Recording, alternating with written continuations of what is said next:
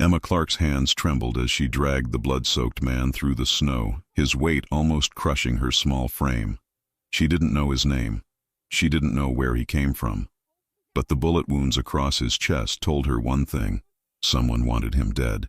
And in saving him, she might have just signed her own death warrant. The blizzard screamed around her Colorado cabin like a living thing. Emma had seen storms before. 3 winters alone in these mountains had taught her to respect nature's fury. But this was different. This was the kind of storm that killed people. She'd been checking her generator when she saw him. Just a dark shape collapsed against the tree line, barely visible through the white curtain of snowfall. Her first instinct was to go back inside, lock the door, pretend she'd seen nothing. But then the shape moved. A hand reaching out before falling limply back into the snow. Emma ran. Now her muscles burned as she hauled him up the porch steps. He was massive, easily 6'3", 200 pounds of solid muscle. His designer jacket was shredded and soaked with blood. So much blood. "Come on," she muttered through gritted teeth, kicking her front door open. He collapsed onto her floor with a heavy thud. Emma slammed the door shut and stared down at the stranger bleeding out on her hardwood floor. What had she just brought into her home? She dropped to her knees beside him, her veterinary training kicking in. His breathing was shallow, labored. His lips had a bluish tint. Shock. Blood loss. Hypothermia. "Hey," she said sharply, patting his face. "Can you hear me?" His eyes fluttered open. Dark, so dark they were almost black. They locked onto hers with an intensity that made her breath catch. For just a moment, those eyes held something fierce, predatory. Then they rolled back, and he was gone again. Emma moved fast. She grabbed scissors and started cutting away his clothes. The expensive leather jacket came first. Underneath was a black designer sweater. She cut through it without hesitation. Her hands froze. His torso was a roadmap of violence. Old scars crisscrossed his abdomen and chest. Knife wounds, burn marks, an old bullet scar. But those were nothing compared to the fresh damage. 3 bullet wounds, 2 in his chest, 1 in his side. Still bleeding.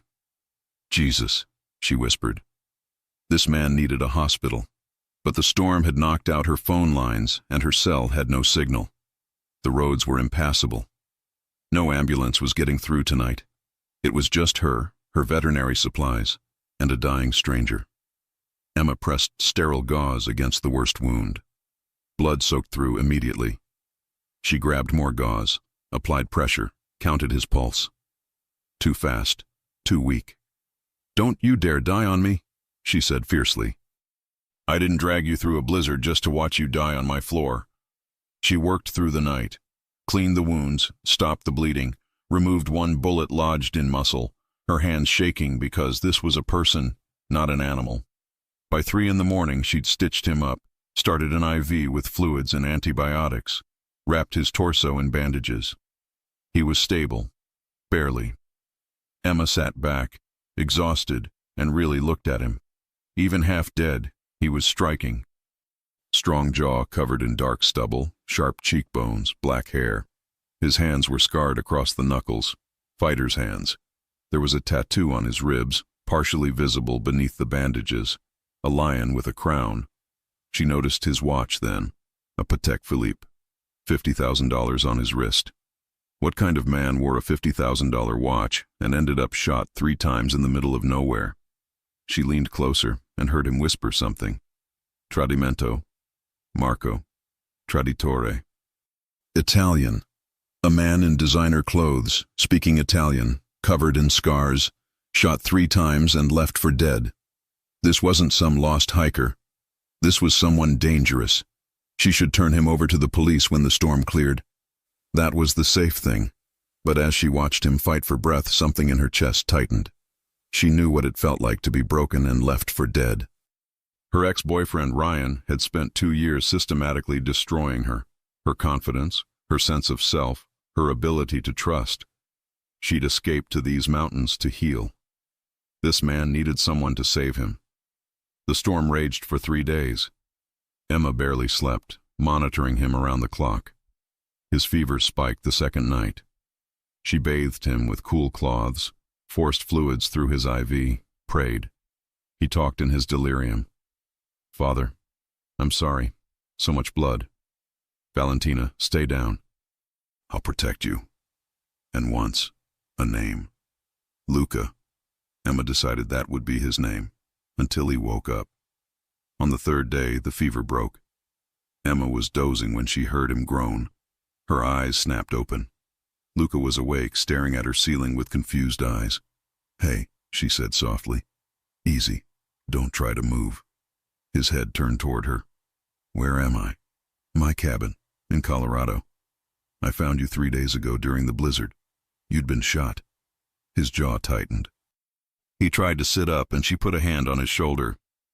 "Don't move, you'll tear your stitches." "Who are you?" "Emma Clark. And you are?" He stared at her for a long moment. She saw panic flicker across his face.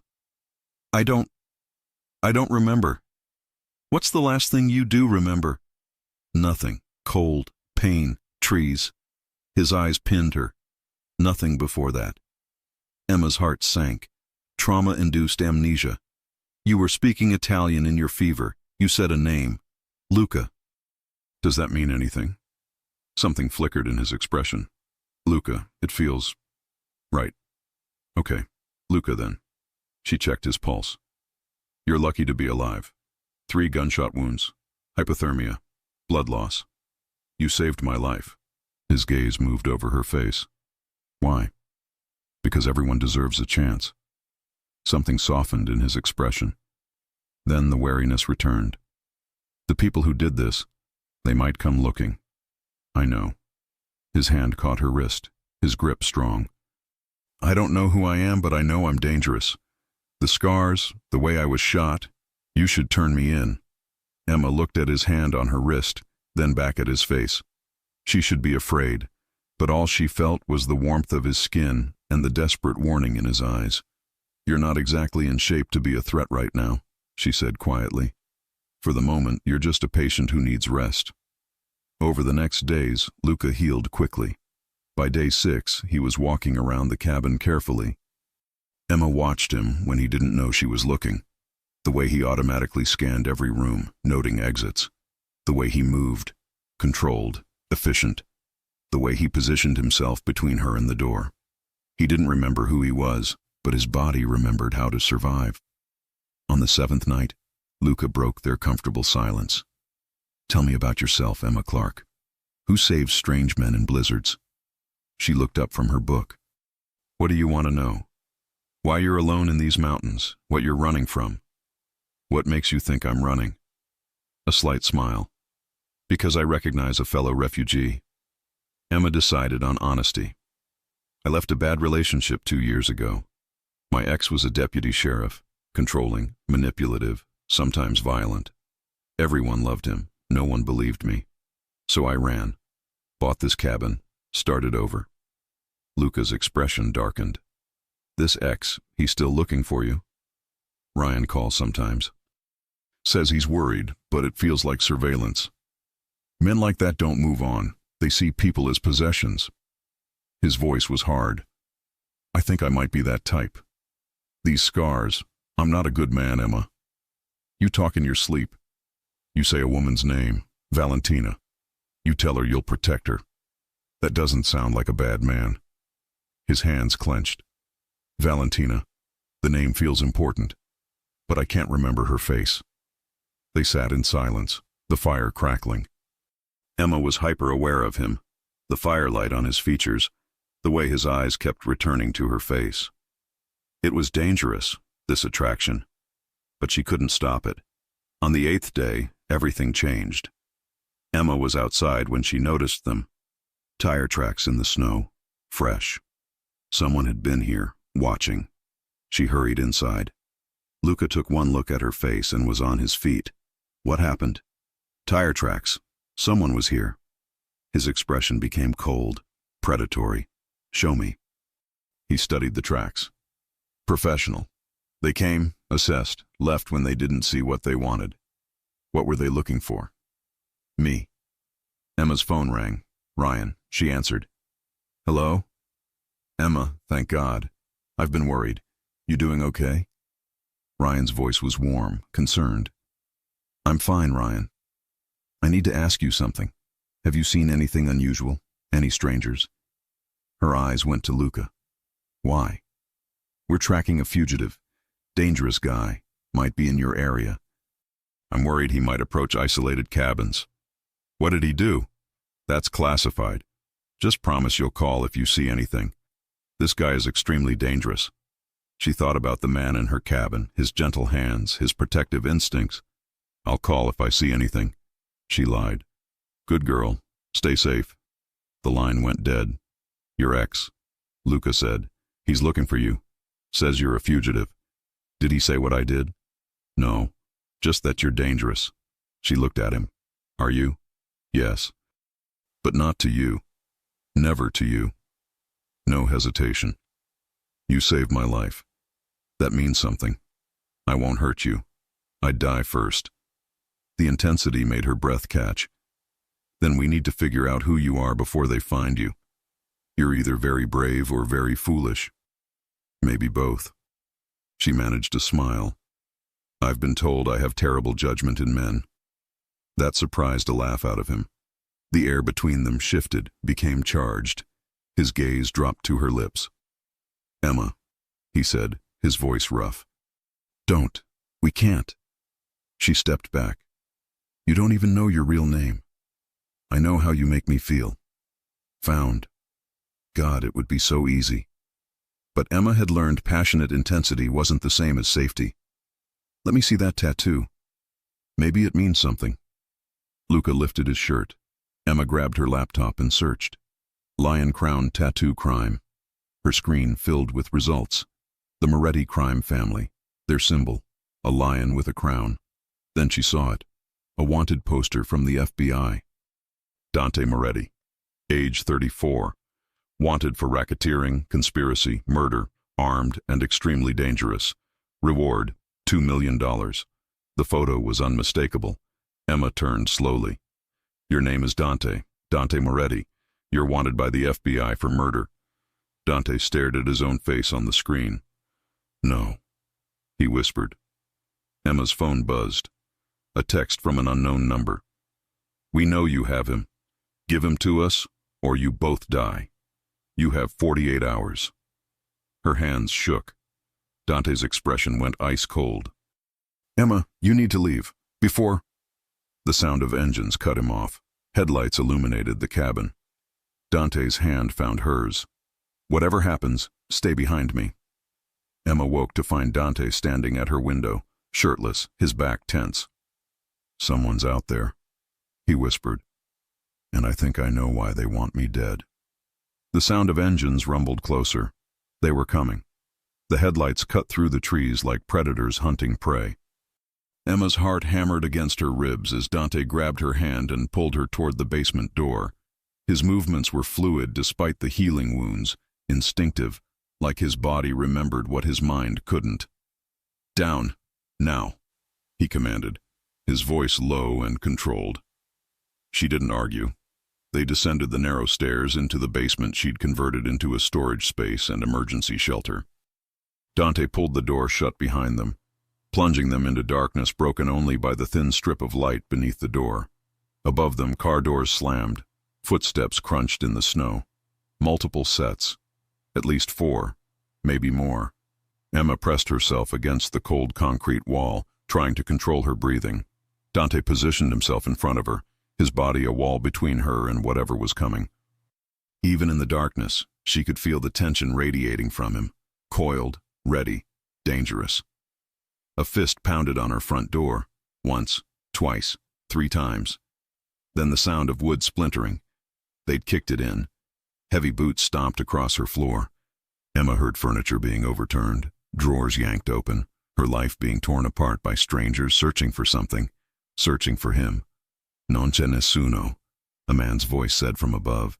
Nobody's here. Italian. Just like Dante's fevered whispers. Cerca nel seminterrato, another voice ordered. Check the basement. Dante's hand found hers in the darkness, Squeezed once. A silent message. Trust me. Footsteps approached the basement door. Emma held her breath. The door creaked open. A flashlight beam cut through the darkness, sweeping across boxes and old furniture. It passed within inches of where they hid behind a tall shelving unit. The man on the stairs muttered something in Italian, then retreated. The door closed. More conversation above, too muffled to understand. Then the footsteps retreated. Engines started.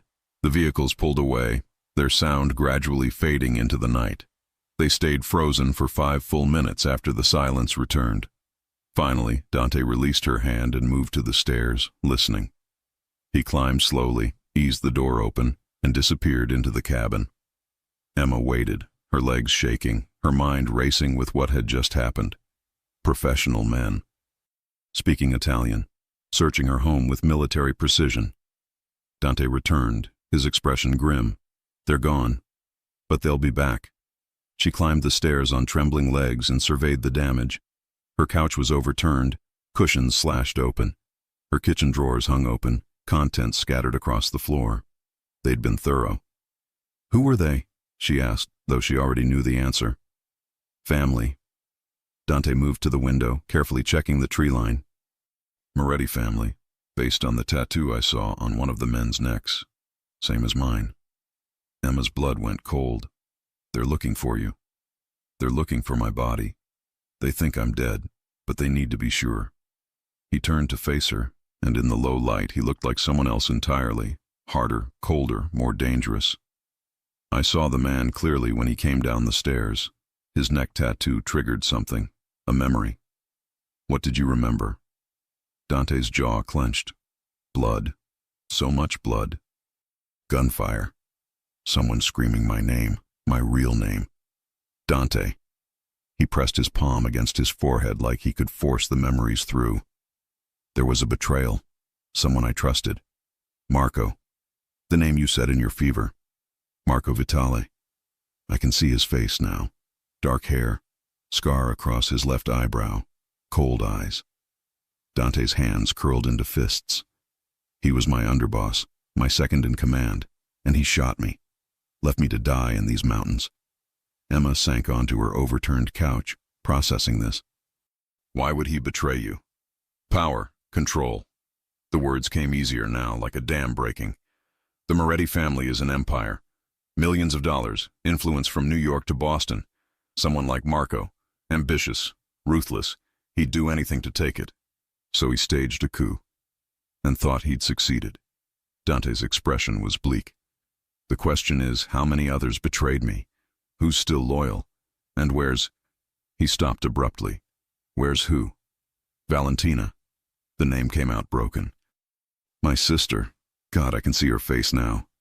Dark hair, green eyes, younger than me by 12 years. I raised her after our mother died. If Marco betrayed me, she's in danger. Emma watched emotions war across his face.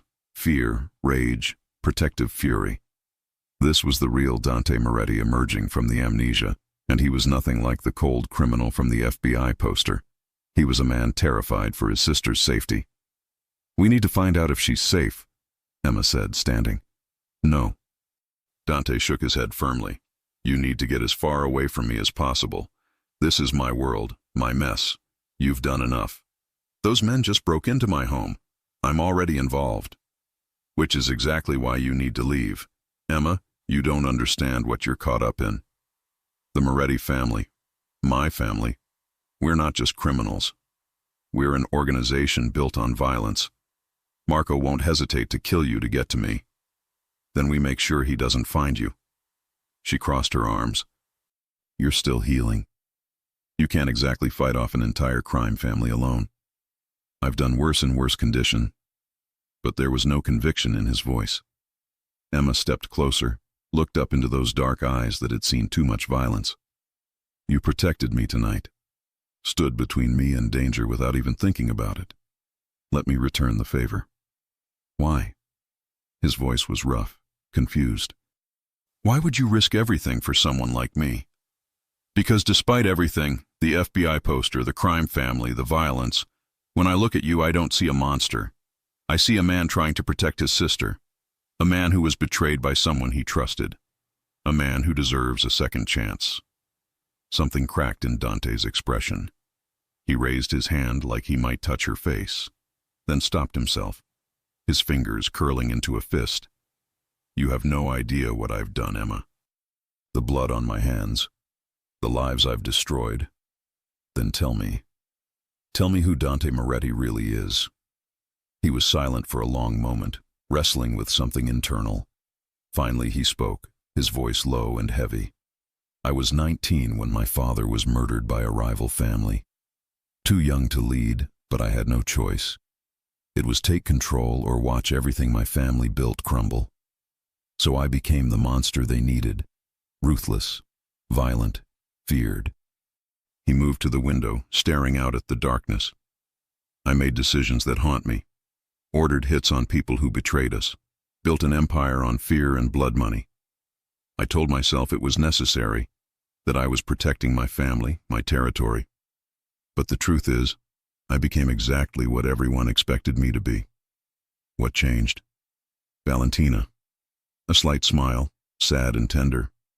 She grew up, started asking questions about the family business, about what I did to keep her safe. I saw myself through her eyes and hated what I'd become. I wanted out, wanted to go legitimate, clean the money, build something that wouldn't destroy her future. That's why Marco betrayed you. The old families don't like change. They wanted the violence, the control, the power. Going legitimate threatened everything they'd built. Marco saw an opportunity and took it. Dante turned back to her. Now you know. I'm not some innocent victim. I'm a killer trying to pretend he can be something else. Emma absorbed this, seeing the self-loathing in his eyes. You're also a brother who protected his sister, a man who recognized what he'd become and tried to change. That matters. Does it? He moved closer, the space between them charged with tension. Because I still remember how to hurt people, Emma. How to kill without hesitation. Those instincts don't disappear just because I want them to. I know. She didn't back away. I saw you tonight, the way you positioned yourself between me and danger. Those same instincts protected me. For now. But what happens when the violence finds us? When I have to become that monster again to keep you safe? His voice dropped to a whisper. What happens when you look at me and finally see what I really am? I guess we'll find out together. The words hung in the air between them. Dante stared at her like she was something impossible, something he didn't deserve but couldn't walk away from. Then his control shattered. He closed the distance between them in 2 steps, his hand cupping her face, his touch surprisingly gentle despite the violence that lived in those hands. You're either the bravest woman I've ever met or completely insane. I told you, terrible judgment in men. That surprised a rough laugh from him. Then his expression turned serious, intense. If I kiss you right now, there's no going back. You'll be tied to me, to this mess, to whatever comes next. Tell me to stop, Emma. Tell me to walk away. She should. Every logical part of her brain screamed that this was insane, dangerous, exactly the kind of passionate intensity that had destroyed her before. But Ryan had been all control and manipulation disguised as love. Dante was raw honesty and genuine conflict, a man who warned her away while desperately hoping she'd stay. Don't stop, she whispered. Dante kissed her like a drowning man finding air. His lips were firm, demanding, but underneath the hunger was something almost desperate, like he was trying to memorize this moment, this feeling, this woman who saw past the monster to the man beneath. Emma melted into him, her hands fisting in his shirt, pulling him closer despite every warning bell in her head. He tasted like coffee and danger and something uniquely him. His hand slid into her hair, angling her head, deepening the kiss until she forgot to breathe. When they finally broke apart, both breathing hard, Dante rested his forehead against hers. This is a mistake, he said, but his arms tightened around her waist. Probably the biggest one I've ever made. I can't promise you safety. I can't promise you tomorrow. All I can promise is that I'll protect you with everything I have. Then that's enough. She pulled back slightly, meeting his eyes. But we need a plan. Marco thinks you're dead, which gives us an advantage. We need to use it. Dante nodded slowly, his tactical mind clearly engaging. We need to contact Valentina, find out what's happening in New York. But it has to be secure. Marco will be monitoring everything. What about the FBI, that agent? Emma tried to remember the name from the wanted poster. Sarah Carmichael. She's been trying to flip me for 3 years. Dante's expression was thoughtful. She might help, but she'll want something in return. My testimony against the entire network. Would you do it? Testify? To keep Valentina safe? To stop Marco? He didn't hesitate. Yes, but we need leverage first. Information Marco doesn't want revealed. A phone buzzed. Emma's. She pulled it from her pocket, saw Ryan's name, and felt her stomach drop. Don't answer it, Dante said, but she was already swiping to accept. Emma. Ryan's voice was different now, harder, more controlled. We need to talk. About what? About the fact that I know you're hiding Dante Moretti, and about what's going to happen if you don't turn him over in the next 24 hours. Emma's blood turned to ice. I don't know what you're... Don't lie to me. Ryan's voice cracked like a whip. I've been tracking him for months. I know he was shot near your property. I know you found him, and I know you're protecting him. Dante's expression had gone deadly cold, his entire body tensed like a weapon ready to deploy. Ryan, I'm alone. You're paranoid. Am I? Then you won't mind if I come up there right now with a search warrant. See for myself. You need probable cause for a warrant. I have it. Anonymous tip about suspicious activity at your cabin. Federal fugitive potentially on premises. Judge signed it an hour ago. Ryan paused. I'm trying to help you, Emma. Moretti is dangerous. He's manipulating you just like before. Let me protect you. The comparison to before, to Ryan's control disguised as protection, made her snap. I don't need your protection, I never did. That was always about controlling me. This is different. This man is a killer. He's wanted by the FBI for multiple murders. Whatever he's told you, whatever you think you know about him, it's a lie. Dante reached for the phone, but Emma pulled it away. Ryan, if you come up here, you'll be wasting your time. There's nothing to find. Then you won't mind the search. His voice dropped, became almost gentle. Emma, I still care about you. I'm trying to save your life. Moretti uses people. That's what he does. Don't be another victim. The line went dead. Emma stared at her phone, her mind racing. He's coming, with a warrant. How long do we have?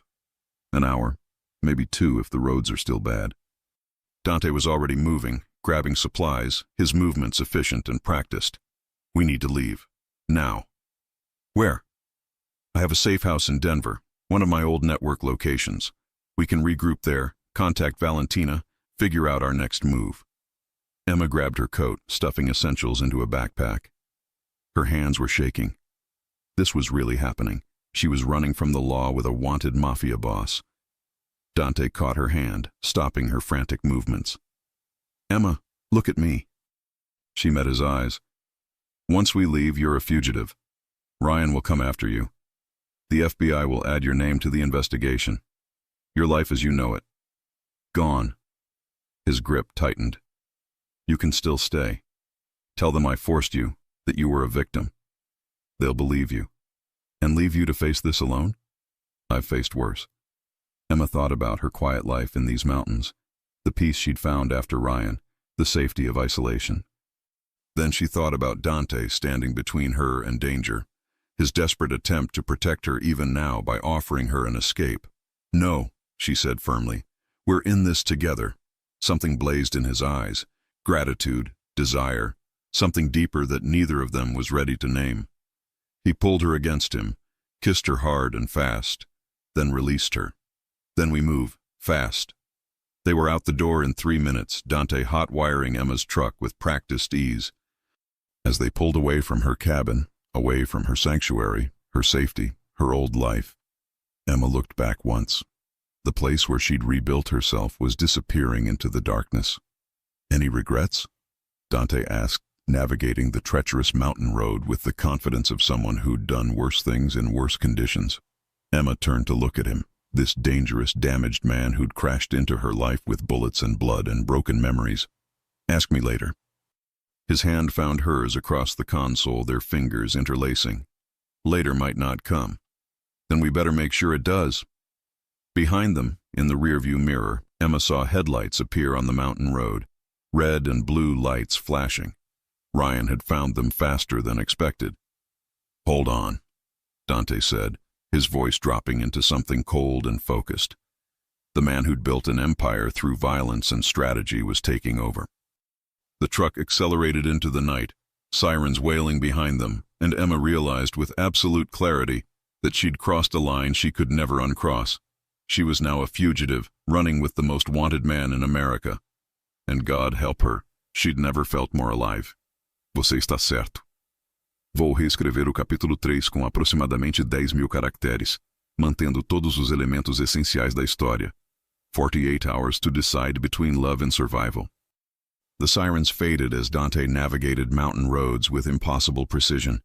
His hands were steady, eyes constantly checking mirrors, calculating escape routes like breathing. Emma gripped the door handle.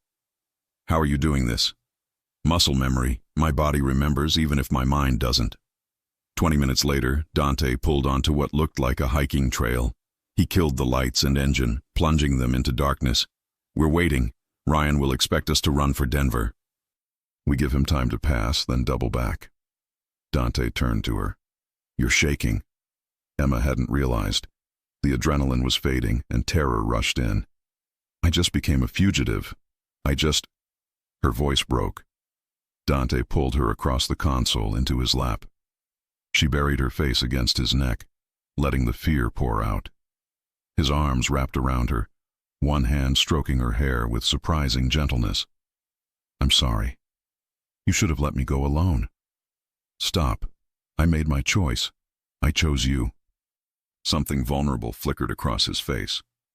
"Why? What you know about me should terrify you. When Ryan controlled me, he called it love. Said everything was to protect me. But it was about owning me. You've done the opposite. You keep trying to push me away to protect me even if it means losing me. That's the difference." Dante caught her hand, pressed his lips to her palm. "You see the best in me. I'm terrified of when you see the worst. Then show me. Tell me everything." 3 hours later, they reached Denver. The safe house was a nondescript apartment in a working-class neighborhood. Dante used a hidden key and let her inside, sparse but functional. "It's clean. No one knows about this place except me and one other person." "Who?" "Thomas Ricci, my consigliere. He was like a father to me." Dante's expression darkened. "Marco killed him during the coup." Emma watched him check windows and exits. "Tell me your story, Dante, from the beginning." He sat heavily on the couch and the words began to flow. "My father wasn't a good man. Brutal, paranoid, violent. My mother was different. Gentle. Then she died, giving birth to Valentina. I was 12, suddenly responsible for a baby sister and a father who blamed us both." His voice was heavy. "I raised Valentina while learning the family business, changed her diapers between meetings with capos. By 19, I was fluent in childhood and violence." Emma sat beside him, listening. "Then my father was murdered, shot in our home. The Castellanos left a message. The old regime was over. They wanted our territory." His hands clenched. "I was 19 with Valentina to protect, so I became what they needed. I found the men responsible and made them pay. Violently, publicly. I became more dangerous than my father ever was." He stood, paced to the window. "It worked. I expanded operations, eliminated threats, built an empire. I told myself it was about protecting Valentina. But the truth is I was good at it. The violence came naturally, too naturally." Emma stayed quiet.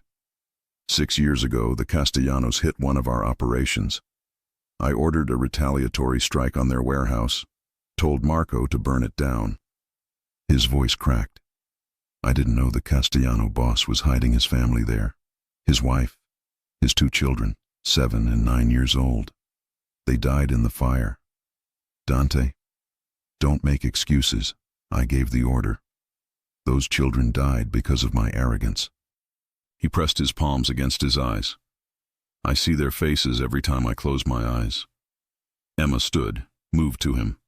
What did you do after? The Castellano boss came to me, broken, destroyed, and said, I hope you never know what this feels like. Then he left the city. Dante's hands dropped. That's when I realized what I'd become. A monster who killed children. I couldn't look at Valentina the same way. So you tried to go legitimate. Started 3 years ago, slowly transitioning operations. The old families hated it. Marco especially. He'd built his reputation on violence. 6 months ago he proposed a big deal. Human trafficking. I refused. He seemed to accept it, but I saw calculation in his eyes. He was planning the coup. For months. 3 weeks ago he called a meeting. Shot Tommy first, right in front of me. Then turned the gun on me. His voice hardened. Told me my weakness would have destroyed everything.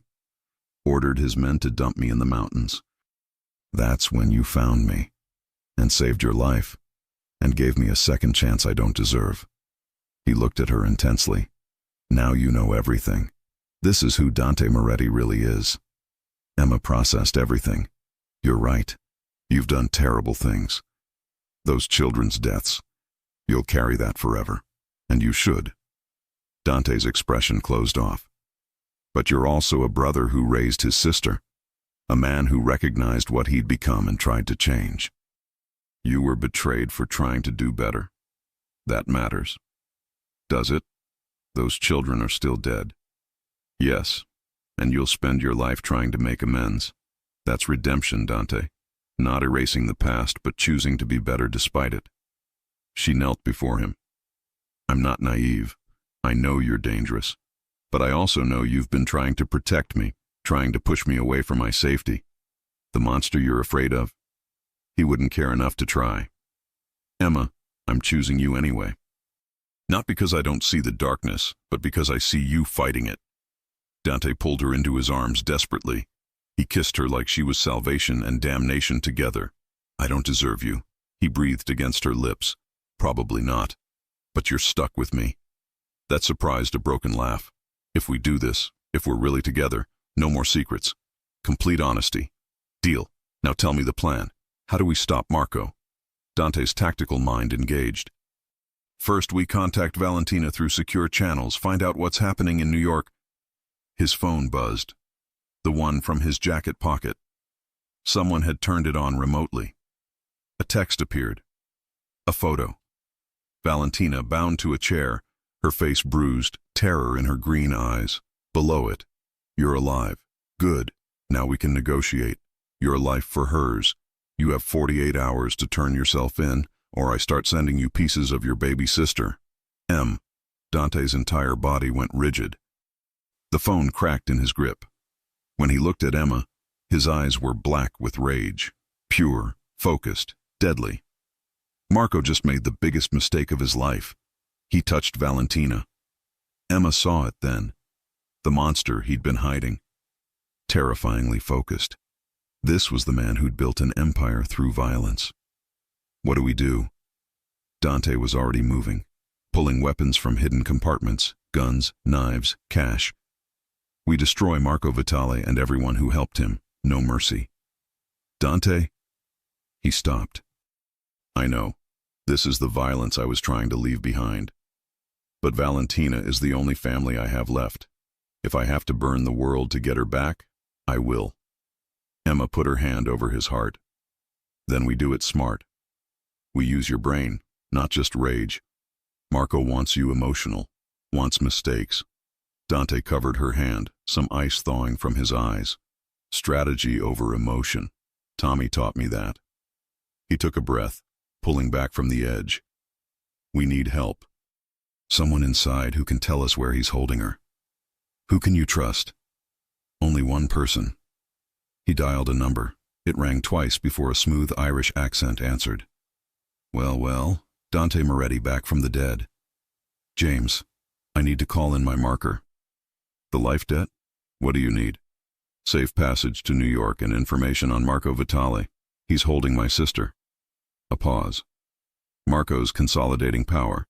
He's working with someone on the FBI side, Deputy Sheriff Ryan Mitchell. Mitchell's been feeding him intelligence for months.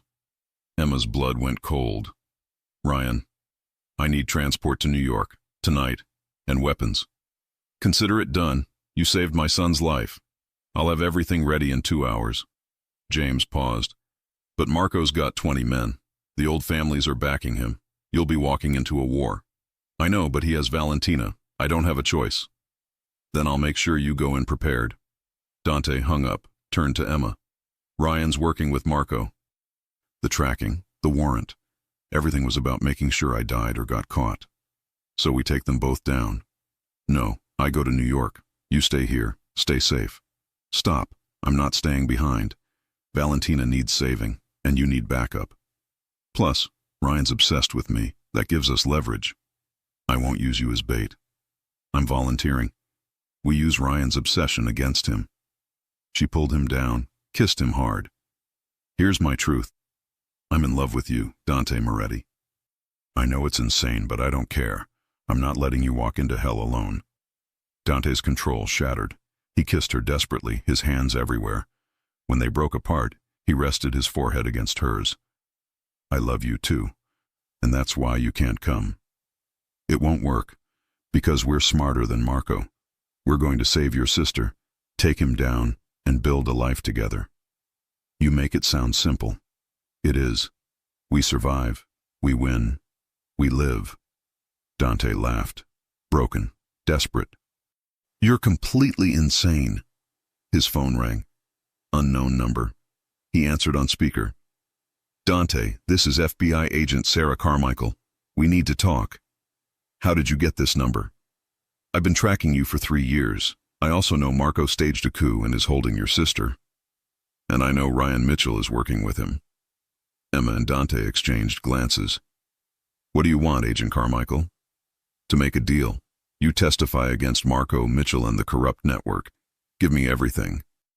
In exchange, I give you immunity and help you get your sister back. Why would I trust the FBI? Because I'm not dirty. Because I know what happened with the Castellano family. I know you've been trying to go legitimate. This is your chance at redemption, Dante. Dante was quiet. Then, I want it in writing. Full immunity, protection for Valentina and Emma Clark. Ms. Clark is wanted for aiding a fugitive. She's non-negotiable. Full immunity or no deal. Sarah sighed. Fine. But Dante? Marco's meeting with family heads tomorrow night to solidify control. If we move, it has to be then. Where's Valentina? We're working on that. I'll have a location by tonight. Don't do anything stupid. The line went dead. Do you trust her? Emma asked. She's been straight before.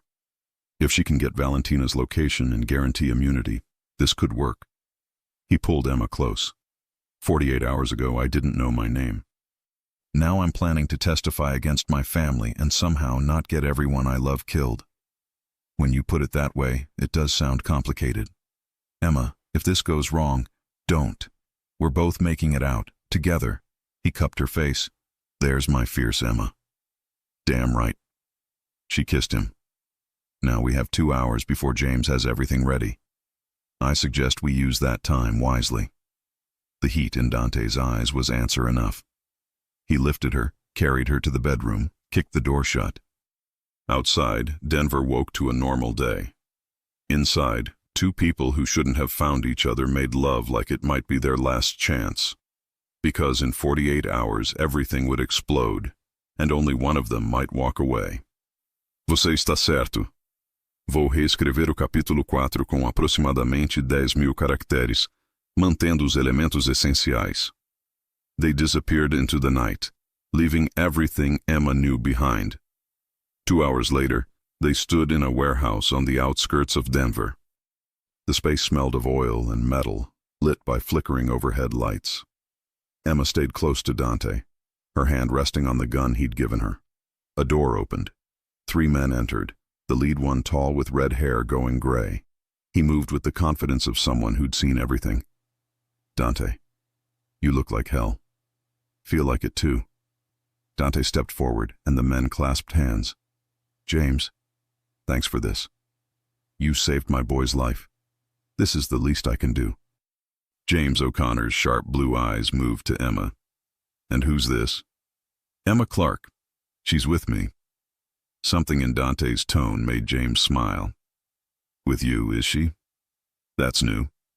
"She's everything." James's expression softened. "Welcome to the madness, Ms. Clark." He gestured to his men, who rolled forward a large case. "Everything you asked for: weapons, ammunition, cash, fake IDs, secure phones, and this." He handed Dante a folder. Inside were surveillance photos, Marco Vital meeting with mob bosses, political figures, and Ryan Mitchell shaking Marco's hand. "Mitchell's been on Marco's payroll for 8 months, James said. "Started small, now he's in deep." "What about Valentina?" Dante's voice was controlled but desperate. James pulled out another photo. A warehouse in Brooklyn, heavily guarded. "She's here. 20 men minimum. Marco's expecting you." "It's a trap." "Obviously, but you're going anyway." James handed Dante a phone. "Your FBI agent called. Said she'll have surveillance support ready. Sarah Carmichael's one of the good ones. Then you've got a chance, a small one." James looked at Emma. "Mitchell's obsessed with you, Ms. Clark. Can't stand that you chose someone else. We use that." Emma stepped forward. "What if I go after Valentina while Dante confronts Marco? Marco doesn't know who I am. I'm invisible." "Absolutely not." Dante's voice was hard. "You're not going near that building." "She's got a point," James said.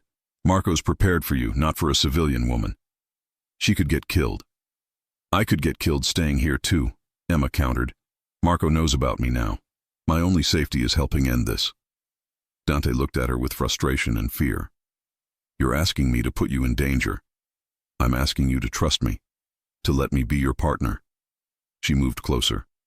"Ryan made me feel powerless for years. You've shown me I'm stronger.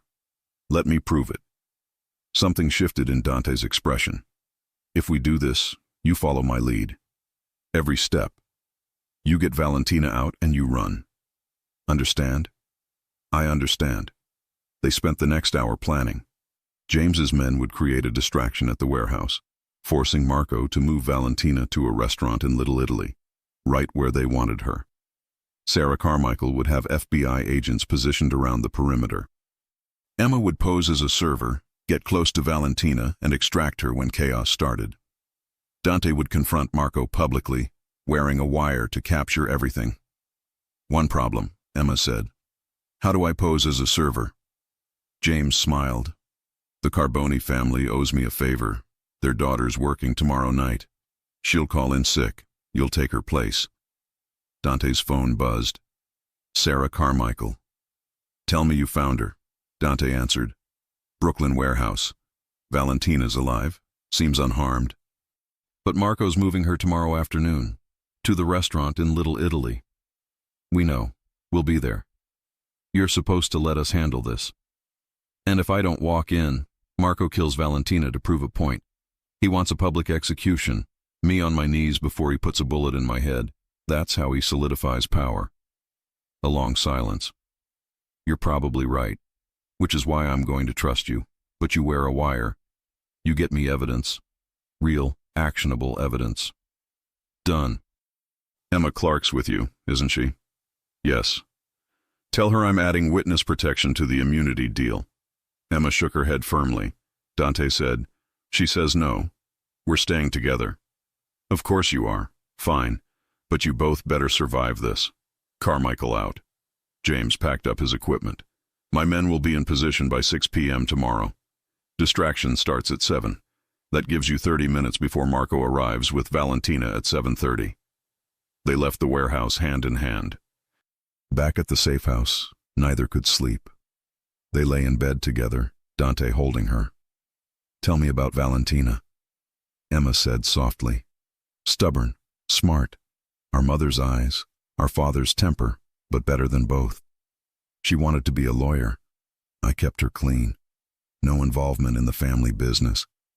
She hated that, but I'd rather have her hate me than become what I became. She's going to be okay. We're going to save her. I know, because failure isn't an option. His arms tightened. She's all the family I have left. Well, until you. You're my family too. They made love as dawn broke, slow, tender, memorizing each other. When Emma woke, afternoon light streamed through windows. Dante was checking weapons with the focus of someone preparing for war. It's almost time, you ready? Emma thought about everything that led here, the blizzard, the stranger, the choice to stand by him. Yeah, I'm ready. Dante pulled her close. Whatever happens tonight, know that you made me believe in second chances. You gave me hope when I had none. Then let's make sure we both get that second chance. Emma's phone buzzed. A text from an unknown number. I know what you're planning, but you don't know the whole truth. Dante isn't who you think he is. Meet me first. Let me show you what he's really done. Or you're walking into hell blind. R. Ryan. Dante read over her shoulder. He's trying to manipulate you. Create doubt. I know. But uncertainty crept in. Do you trust me? Dante asked quietly. Emma looked at him, this man who'd warned her away repeatedly, who'd been brutally honest, who'd protected her at every turn. Then at the text from Ryan, who'd spent years lying while calling it love. I trust you, she said firmly, deleting the message. Relief flooded Dante's face. Thank you. They drove to New York in silence, arriving at midnight. Sarah Carmichael was waiting at a safe house in Queens. She was younger than Emma expected. Late 30s, sharp-eyed, dark hair pulled back. Moretti, you look better than your wanted poster. Agent Carmichael, thanks for the help. Don't thank me yet. She handed him a small device. The wire. It'll pick up everything within 30 feet. She turned to Emma. You sure you want to do this? Yes. Even knowing you could be killed? Even knowing that? Sarah nodded with respect. Here's your server uniform. You answer to Maria. Stay quiet. Keep your head down. When things go bad, you get Valentina to the kitchen. Back exit leads to an alley. My agents will be there. They worked through the night, going over every detail. By dawn, Emma was exhausted, but ready. Last chance to back out, Dante said softly. Not a chance. Emma dressed in the server uniform, the small gun tucked into an ankle holster. Dante put on an expensive suit, clipped the wire inside his jacket, transformed into the head of a crime family. Sarah got a call. Marco's moving Valentina now. The distraction worked. He's rattled. Good. Rattled men make mistakes. She handed them phones. Connected directly to my team. Anything goes wrong, you call. They drove toward Little Italy. Sarah's team was in position. Surveillance vans, agents on rooftops, backup units ready. James's men were creating chaos across the city. Emma and Dante stood in the alley behind the restaurant, their final moment alone. I love you, Dante said, cupping her face. I love you too. Now let's go save your sister and end this. They kissed once, fierce, desperate, full of hope. Then they walked into hell. Dante's silence was the loudest answer Emma had ever heard. She stood frozen in the restaurant kitchen, her server uniform suddenly feeling like a costume in a play she didn't understand. Through the small window in the swinging door, she could see the private dining room where everything was about to explode. Marco Vitale sat at the head of the table, dark hair slicked back, the scar through his left eyebrow exactly as Dante had described. He wore an expensive suit and the confidence of a man who believed he'd already won. Around him sat 5 older men, the family heads James had mentioned. And there, in a chair against the wall with 2 guards flanking her, was Valentina. Emma's breath caught. She looked so much like Dante. Same dark hair, same strong features, but her green eyes were filled with terror barely contained beneath a mask of defiance. Her hands were zip-tied in front of her, and bruises darkened her cheekbone. You okay, Maria? Another server, an older woman named Rosa, touched Emma's arm. You look pale. I'm fine, just nervous. First time serving the private room. Rosa nodded sympathetically. Stay calm, move quickly, don't make eye contact. These men, she crossed herself. They're dangerous. We're invisible to them. That's how we stay safe. Emma nodded, grateful for the advice and the perfect cover. She picked up a tray of wine glasses and pushed through the swinging door. The conversation stopped as she entered. Emma kept her eyes down, moving around the table, pouring wine with hands that barely trembled. She could feel Marco's eyes on her, assessing, dismissing. Just another server, invisible. When she reached Valentina's side of the room, their eyes met for just a second. Emma saw recognition there, not of her specifically, but of hope. Someone who didn't belong to Marco's world, a potential ally. Emma set down the wine bottle and whispered in Italian, words Dante had taught her during the drive. Tuo fratello viene, your brother is coming. Valentina's eyes widened almost imperceptibly. Then she looked away, but Emma saw her shoulders straighten slightly. Hope. That's enough, one of the guards said, waving Emma away. She retreated to the kitchen, her heart hammering. Good, Rosa said. You did good. Now we wait until they want food. Emma positioned herself by the window, watching. The family heads were talking, their conversation too low to hear clearly. Marco was making his case, his gestures confident. This was his coronation, his moment to legitimize the coup. Then the front door of the restaurant opened. Dante walked in. He looked like a different person. The dangerous heir to a crime empire, every inch of him radiating controlled power despite the healing bullet wounds. His suit was immaculate, his expression cold and calm. He moved through the restaurant like he owned it, and Emma realized he probably had once upon a time. The dining room went silent as Dante appeared in the doorway. Marco stood slowly, surprise and calculation warring across his face. Dante, you're harder to kill than I thought. You always underestimated me, Marco. That's why you were never going to succeed. Dante's voice was steady, conversational. The wire hidden in his jacket would be picking up everything. And yet here you are, walking into my meeting, my territory, surrounded by my men. Marco gestured to the guards positioned around the room. Either you're incredibly brave or incredibly stupid. I'm here for my sister. Let her go, and we can settle this between us. Marco laughed. You're not in a position to negotiate, brother. The word dripped with mockery. You lost. I won. The families are here to witness the transfer of power. Your sister lives or dies depending on whether you cooperate. One of the family heads, an elderly man with white hair, spoke up. Marco, this wasn't the agreement. We came to discuss terms, not witness an execution. The terms are simple, Don Carmine. Dante Moretti surrenders his claim to the family. He acknowledges me as the rightful head. Then he leaves New York and never returns. Marco's eyes never left Dante. Or Valentina dies and we go to war. Your choice. Emma watched Dante's face, saw the calculation behind his calm exterior. He was buying time, letting the wire capture everything, but she also saw the genuine fear for his sister. Before I agree to anything, Dante said slowly, I want to know why. We were brothers, Marco. I trusted you with everything. Why betray me? Because you got weak. Marco's voice rose with genuine anger.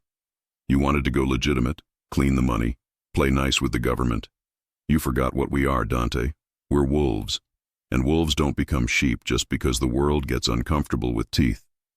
So you killed Tommy. You shot me. You kidnapped my sister. All because I wanted to stop killing people. You wanted to destroy everything your father built. Everything I helped you build. Marco moved closer, his control slipping. The Castellano fire, you remember that? Those dead children? That broke you, made you soft. But that's the business, Dante. Sometimes innocents die. That's the price of power. Emma's stomach turned. Through the kitchen window, she saw Dante's jaw tighten. Those children haunt me every day, Dante said quietly. Their faces, their names. Angela and Marco Castellano, 7 and 9 years old.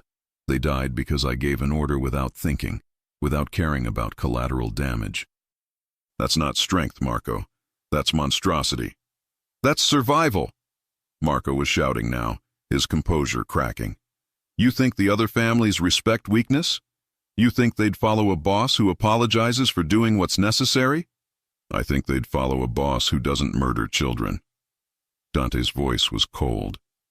But you wouldn't understand that. You enjoyed the violence, the power. That's why you're working with corrupt FBI agents like Ryan Mitchell, because you're building an empire on everyone else's corruption. Marco's eyes narrowed. How do you know about Mitchell? Because I'm not as stupid as you thought. I know Mitchell's been feeding you intelligence. I know he's helped you cover up operations in exchange for payoffs. I know this whole coup was coordinated with FBI protection. Dante smiled slightly.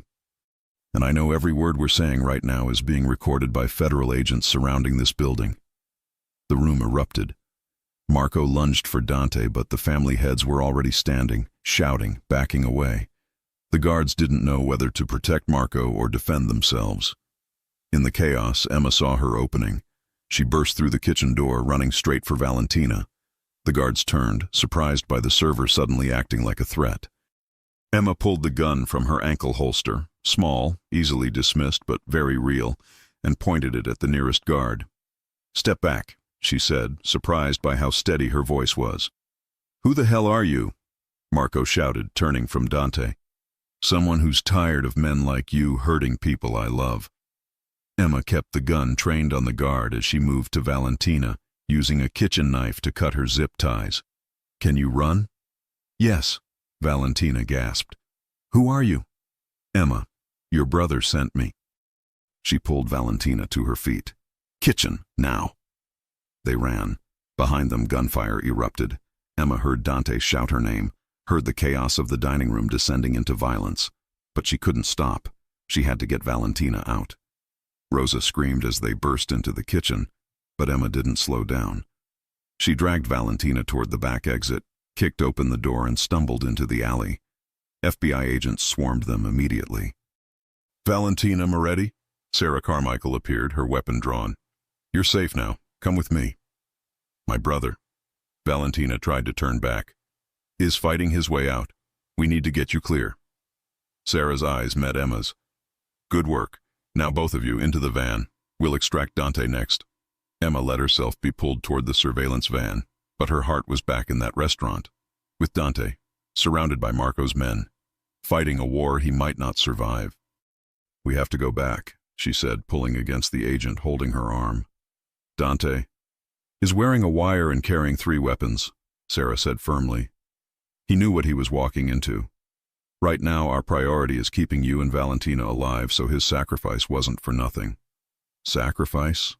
Emma's blood went cold. "You think he's going to die?" Sarah's expression was grim. "I think he's going to do whatever it takes to end this, even if it costs him everything." Inside the van, Valentina grabbed Emma's hand. "You're Emma, the woman from the mountains. He told me about you when Marco was interrogating him." "Marco interrogated Dante?" "No, me. He wanted to know where Dante would run, who he'd trust. I told him I didn't know, that Dante and I weren't close anymore." Valentina's voice broke. "But they had pictures of you, from surveillance at your cabin. Marco knows who you are, what you mean to Dante. He's been planning to use you against him." Emma's mind raced. Ryan must have provided the surveillance photos. "Does Marco know I'm here, that I was the server?" "I don't think so. He was too focused on Dante." Valentina looked toward the restaurant where gunfire still echoed. "Why did he come? He had to know it was a trap. Because you're his sister. Because he'd do anything to save you." Tears streamed down Valentina's face. "He raised me. After our mother died, he was 12 years old, and he raised me. Changed my diapers, helped with homework, protected me from our father's violence. He became a monster to keep me safe. And I repaid him by hating what he'd become. He doesn't want you to love the monster. He wants you to love the man he's trying to be." Valentina met Emma's eyes. "He loves you. He's never said that about anyone except me. You changed him. He changed himself. I just believed in him." The explosion rocked the building. Emma screamed, tried to run toward the restaurant, but agents held her back. Smoke poured from the front entrance. More gunfire, screaming, chaos. Then, through the smoke, a figure emerged. Dante. He was bleeding from a cut above his eye, his suit torn and burned, but he was alive. He had Marco Vitale in a headlock, dragging him toward the FBI vans while Marco struggled and cursed. Behind him, more agents streamed into the building. The family heads were being led out with their hands up. Guards were surrendering, and there, being pushed into a squad car by federal marshals, was Ryan Mitchell, his face bruised, his expression shocked as he saw Emma standing there. Dante threw Marco to the ground at Sarah's feet.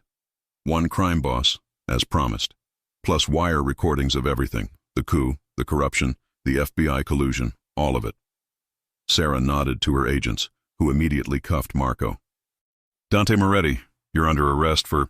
I know what I'm under arrest for, Dante interrupted, but we had a deal, immunity for testimony. The deal was evidence and cooperation. You gave me both. Sarah actually smiled slightly. You're under protective custody, not arrest. Big difference.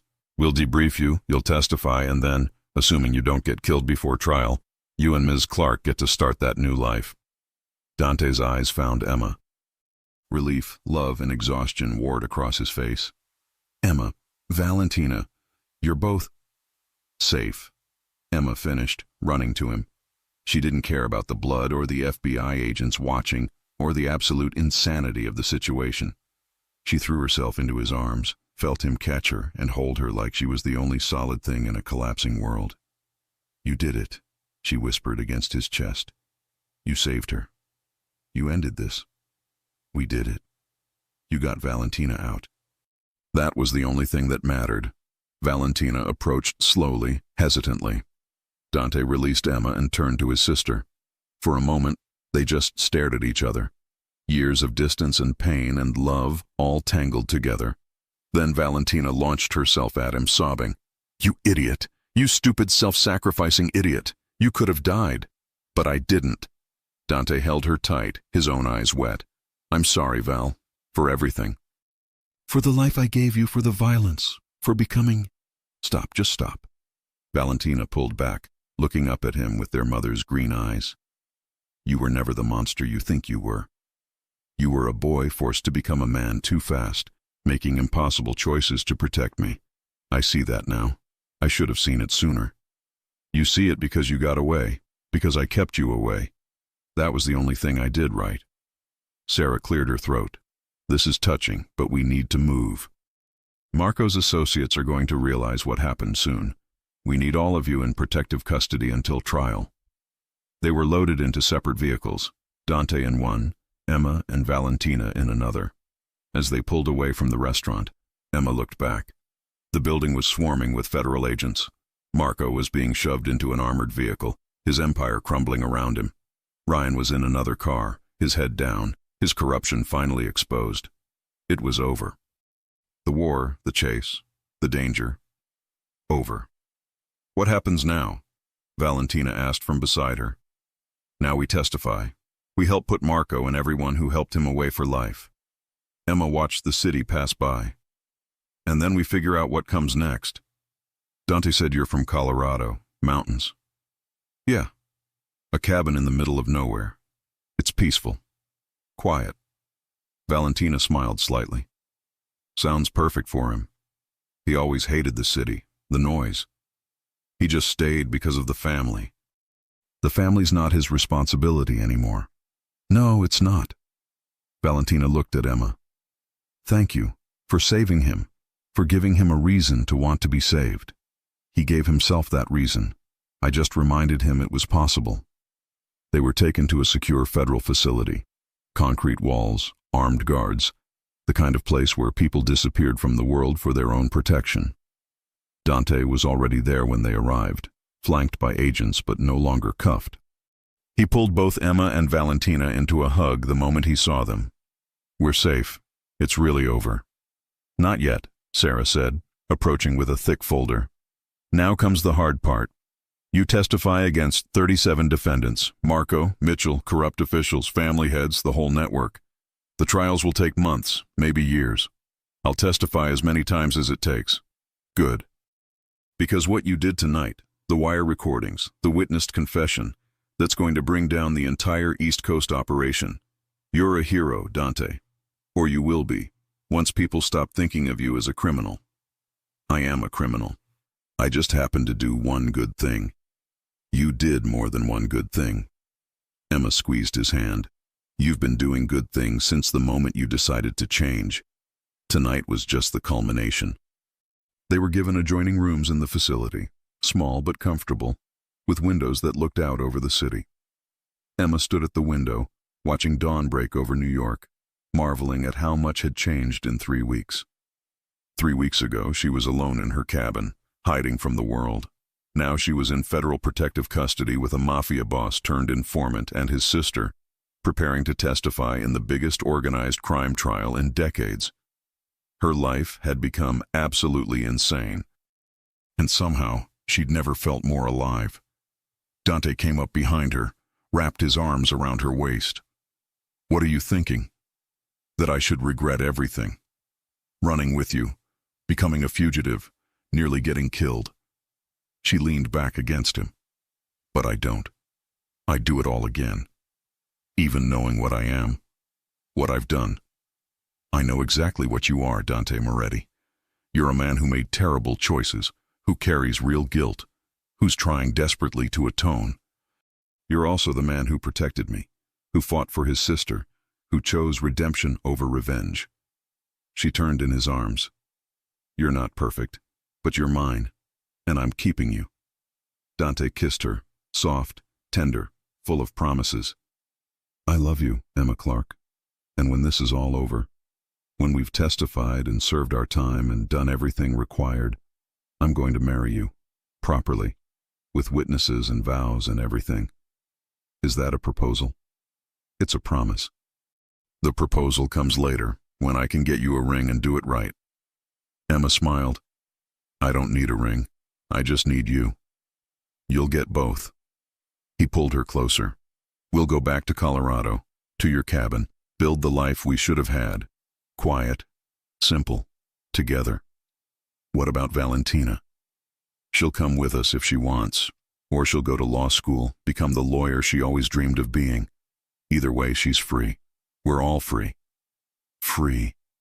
The word felt impossible and perfect at once. Free from Marco, from Ryan, from the violence and corruption. Free to choose their own path. A knock interrupted them. Sarah entered, her expression serious. We have a problem. The wire recordings are perfect, except for one part.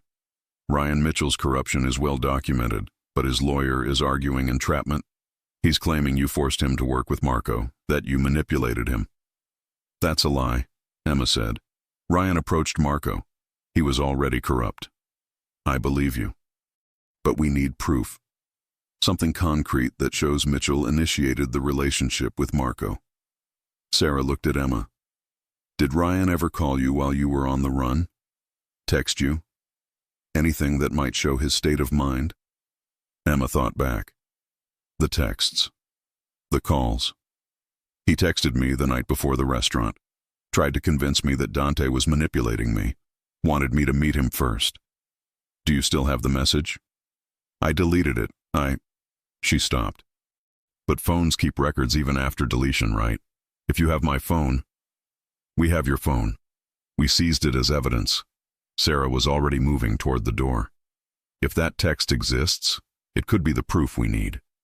Mitchell trying to isolate you from Dante, manipulate your perception. That goes to his character, his pattern of control. She left. Dante pulled Emma close again. Even now, Ryan's trying to hurt you, to control the narrative. He can't hurt me anymore. None of them can. We won, Dante. We actually won. But even as she said it, Emma felt a chill.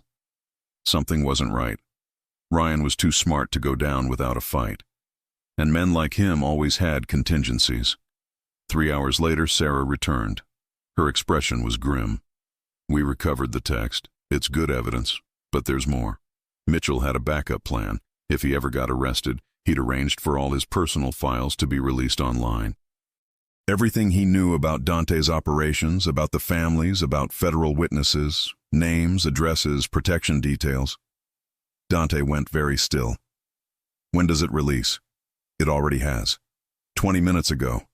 Your location, Emma's location, Valentina's location, all of it is now public knowledge. Emma's blood turned to ice. What does that mean? It means every enemy Dante ever made now knows where to find him.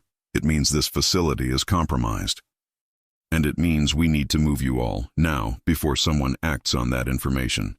Alarms began blaring. Agents flooded the corridors. Outside, Emma heard vehicles approaching. Too many. Too fast. Dante grabbed her hand, his face set in hard lines. They're already here. Marco's people. They're coming to finish what he started. Valentina appeared in the doorway, her face pale. What's happening? We're leaving. Now. Dante pulled both women toward the emergency exit Sarah was indicating. Stay close. Stay behind me. No matter what happens. An explosion rocked the building. The walls shook. Screaming echoed through the facility. Dante's eyes met Emma's. In them, she saw fear and determination and love. Run, he said, and they ran. Toward an uncertain future, away from a past that refused to stay buried, racing against enemies who would never stop hunting them. The second chapter of their story was just beginning. And this one, Emma realized with terrible clarity, might not have a happy ending after all. Dawn broke over New York, and with it, the day that would decide their fate. Emma ran through smoke-filled corridors, her hand locked in Dante's, Valentina just ahead of them.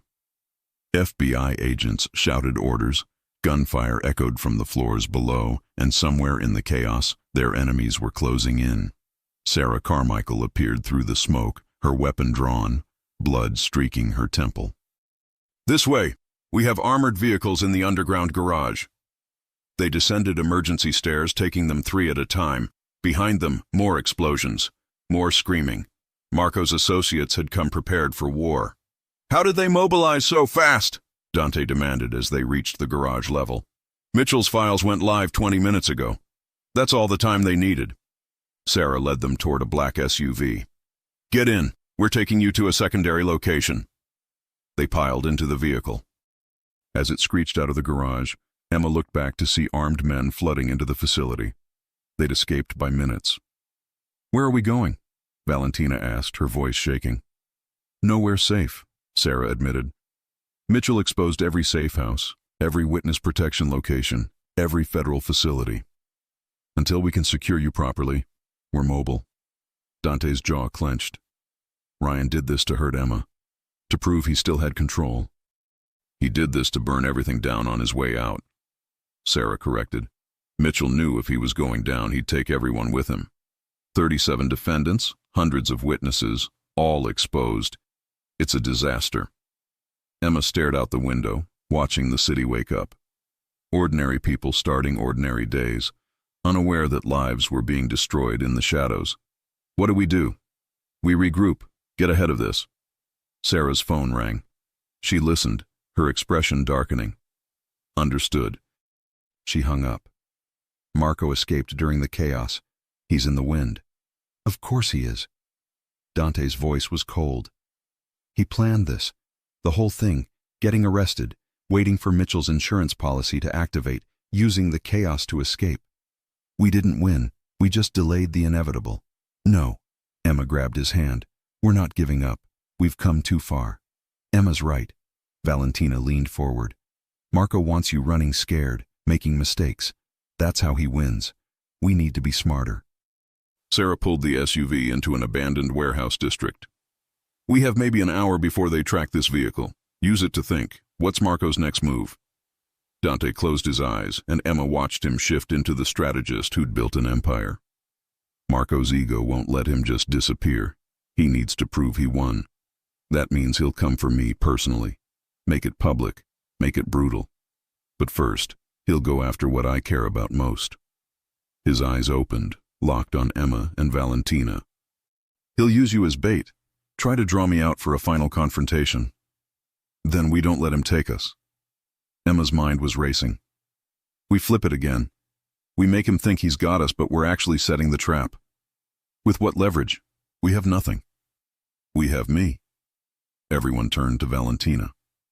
Marco thinks I'm weak, that I'm just Dante's little sister, but I know things. About the family, about the operations, about where bodies are buried. Literally. Papa told me things before he died. Things he never told you because he thought you were too soft. Dante stared at his sister. Val, what are you talking about? Papa kept a ledger. Physical, old school, impossible to hack. Every transaction, every deal, every murder the family ever commissioned, going back 40 years. It's his insurance, proof against everyone who ever worked with us. If that ledger went public, it would destroy every major crime family on the East Coast. Where is it? In Papa's old study. In the house Marco's been using as his headquarters. Valentina smiled grimly. The one place he thinks is completely secure. Sarah shook her head. You can't be serious. That house is a fortress. Marco will have 20 men minimum, probably more now that he's escaped. Walking in there is suicide. Not if he doesn't know we're coming. Dante's expression was calculating. Not if he thinks we're running, desperate, making mistakes. We give him what he expects. A panicked attempt to escape the city. While he's focused on hunting us down, we hit his headquarters, grab the ledger, and use it to destroy him. That's insane, Sarah said. It's the only option we have. Dante looked at each of them. Marco has the advantage right now. He's free, we're exposed, and he's got the entire criminal network looking for us. But if we get that ledger, we have leverage against everyone. The families will turn on Marco to protect themselves. The FBI will have evidence to prosecute everyone. We end this, not just for us, but for good. Emma saw the logic, saw the strategy, but she also saw the risk. How many of us make it out of this alive? All of us. Because failure isn't an option. Dante cupped her face. I know what I'm asking. I know this is more danger, more violence, more chances for everything to go wrong. But Emma, I need you to trust me one more time. I trust you. I'm just terrified of losing you. You won't. Because I promised you a life together. And I keep my promises. Sarah made several calls, her voice low and urgent. Finally, she hung up. I can get you weapons, a vehicle that's not being tracked, and 2 hours before my superiors realize I'm helping you go off book. After that, you're on your own. 2 hours is enough. Dante was already planning. We hit the house at noon, when Marco's men change shifts. That's when they're most vulnerable, most distracted. Valentina, you know the layout. Every room. I grew up in that house. Good. You guide us in. We get the ledger. We get out. Simple. Nothing about this is simple, Emma muttered, but she was already checking the gun Dante had given her, preparing mentally for what came next. They spent the next hour preparing.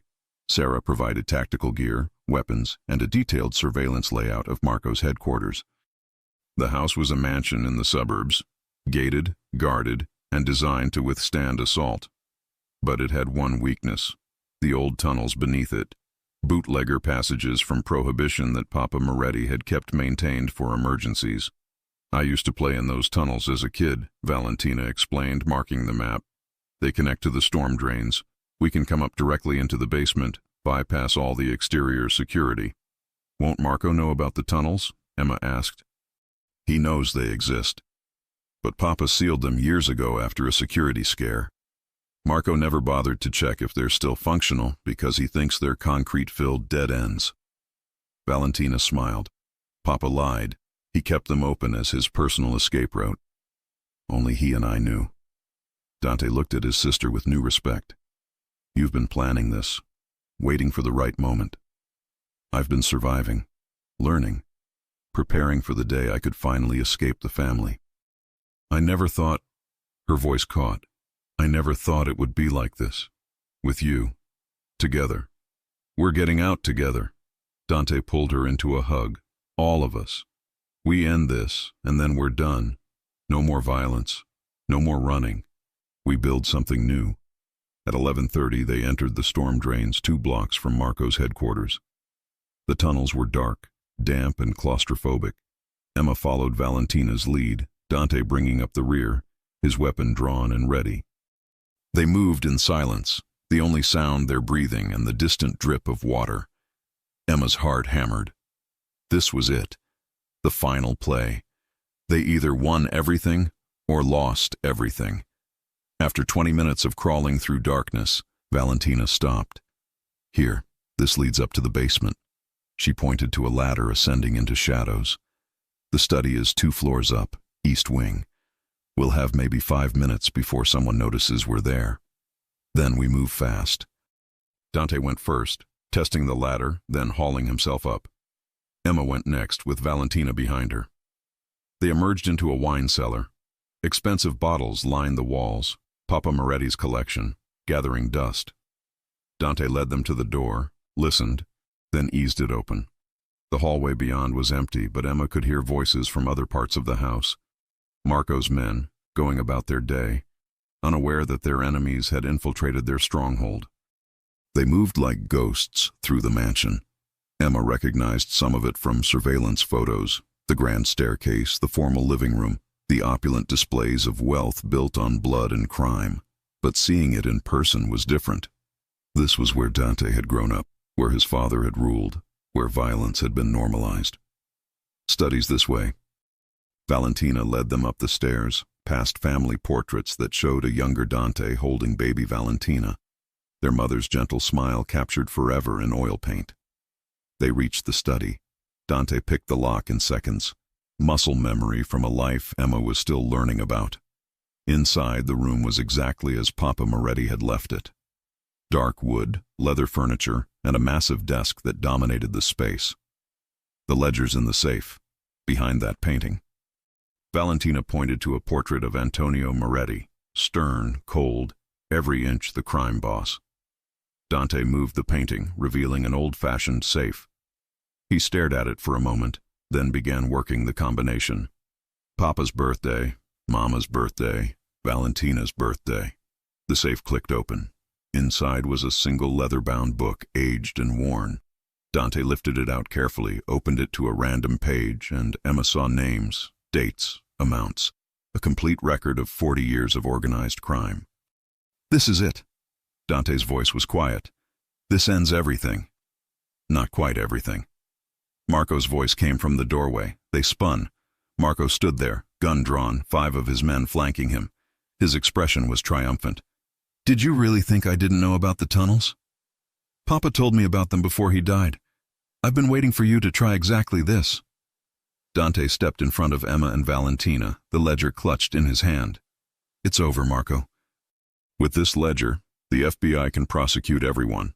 The families will turn on you to save themselves. That ledger never leaves this room. Marco's gun didn't waver. And neither do you. This is how it ends, Dante. You on your knees, begging before I put a bullet in your head, just like I always planned. There's one problem with your plan. Dante's voice was calm. You're assuming I came alone. The windows exploded inward. FBI agents rappelled through, weapons drawn, shouting orders. Sarah Carmichael came through the door behind Marco, her gun pressed to his spine. Marco Vitale, you're under arrest. Again. This time it's going to stick. Marco's men dropped their weapons. Marco himself went very still, rage and disbelief warring across his face. How? The wire. Dante lifted his jacket, showing the recording device. I've been broadcasting everything since we entered the house. Every word you said, every threat you made, recorded. Federal crime committed in real time with witnesses. You just confessed to conspiracy to murder. Plus, Sarah added, handcuffing Marco roughly, we've had surveillance on this house since you escaped. We knew you'd come here eventually. Dante just helped us catch you in the act. As Marco was dragged away, still cursing and threatening, Emma felt her knees go weak. Dante caught her, held her upright. It's over, he whispered. It's really over. You used yourself as bait. Again. It was the only way to catch him with evidence, to make sure this time he stays caught. Dante pulled back to look at her. But I promised you I wouldn't die, and I keep my promises. Valentina emerged from where she'd been hiding behind the desk, the ledger in her hands. She gave it to Sarah. Everything you need to dismantle the families, use it. Sarah nodded. We will. And in exchange, she pulled out official-looking documents, signed immunity agreements for all 3 of you.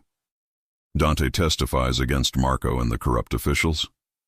You all get witness protection if you want it, or you get to disappear into normal lives. Your choice. Normal lives, Dante said immediately. No protection necessary. We're done with this world.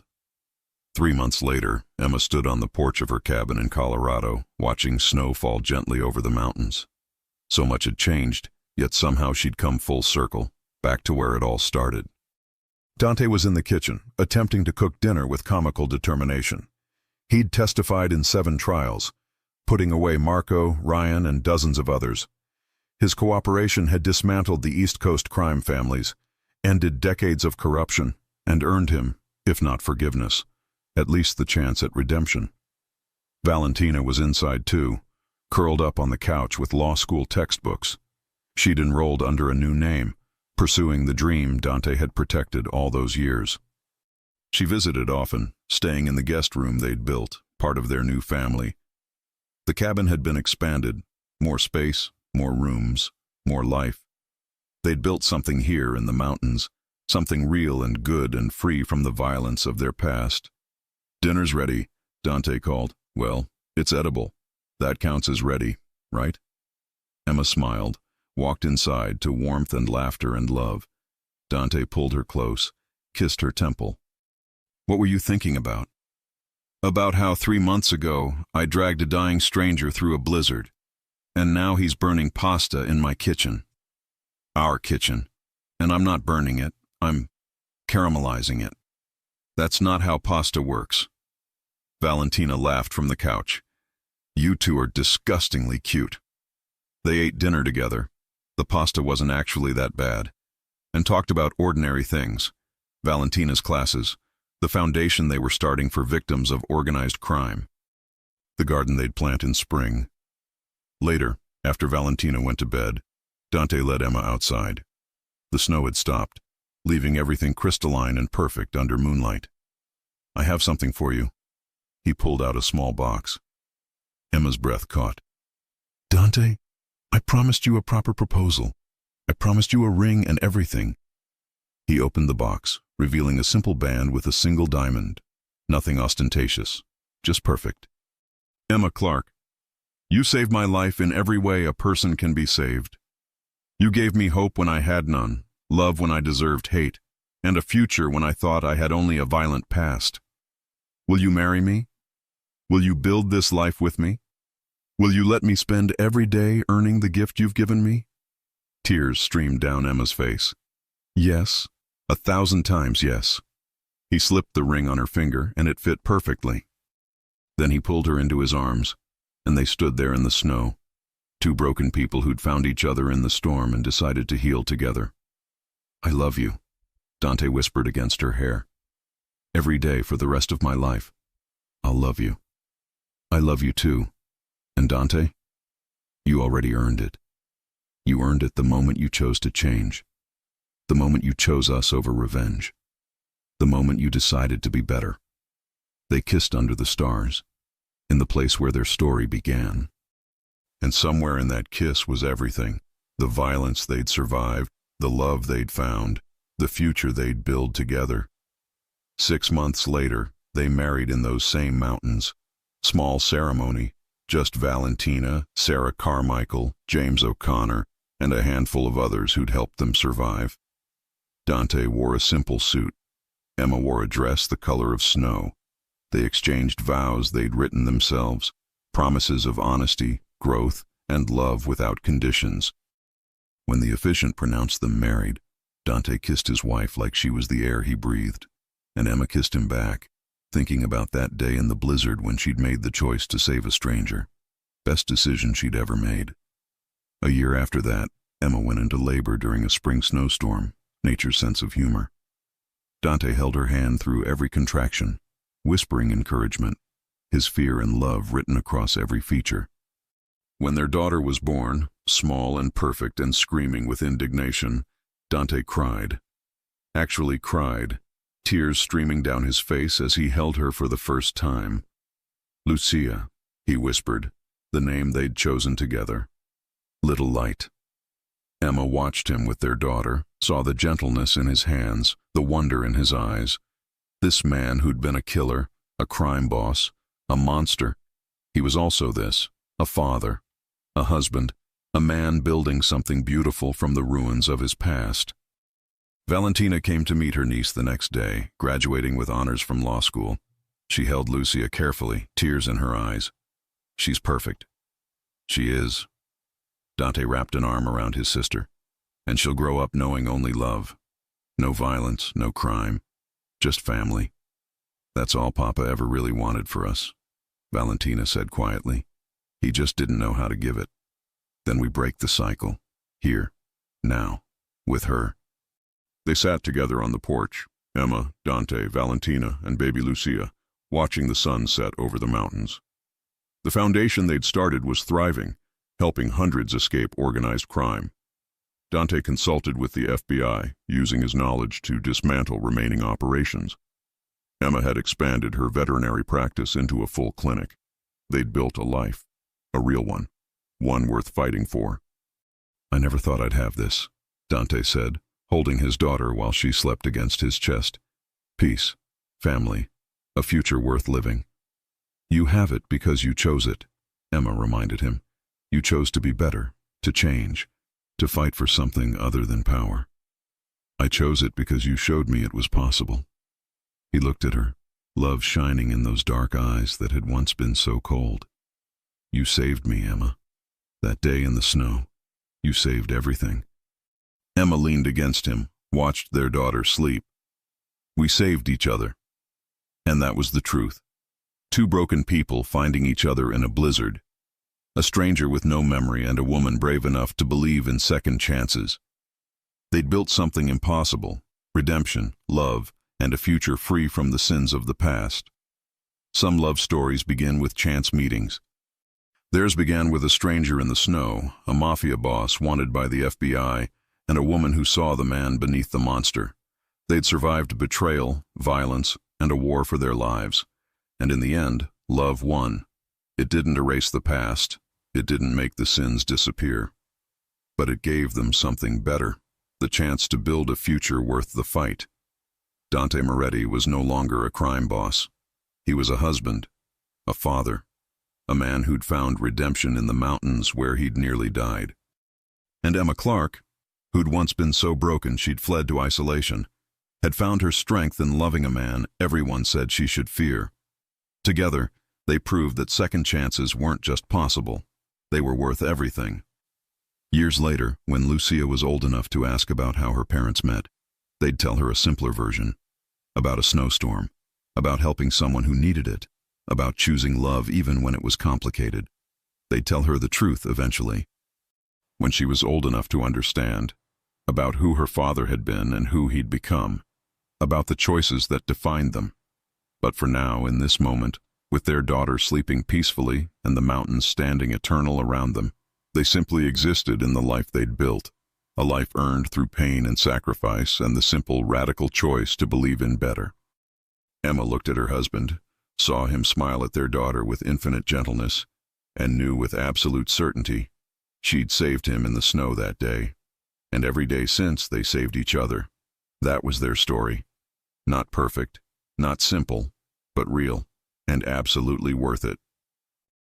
If you enjoy stories like this, take a moment to subscribe to the channel. That's how I'll know you truly liked it. Even if you're watching on your TV, grab a second to join this family of fans who love emotional and heartfelt stories. Your support means everything, and it helps us bring you even more tales like this one.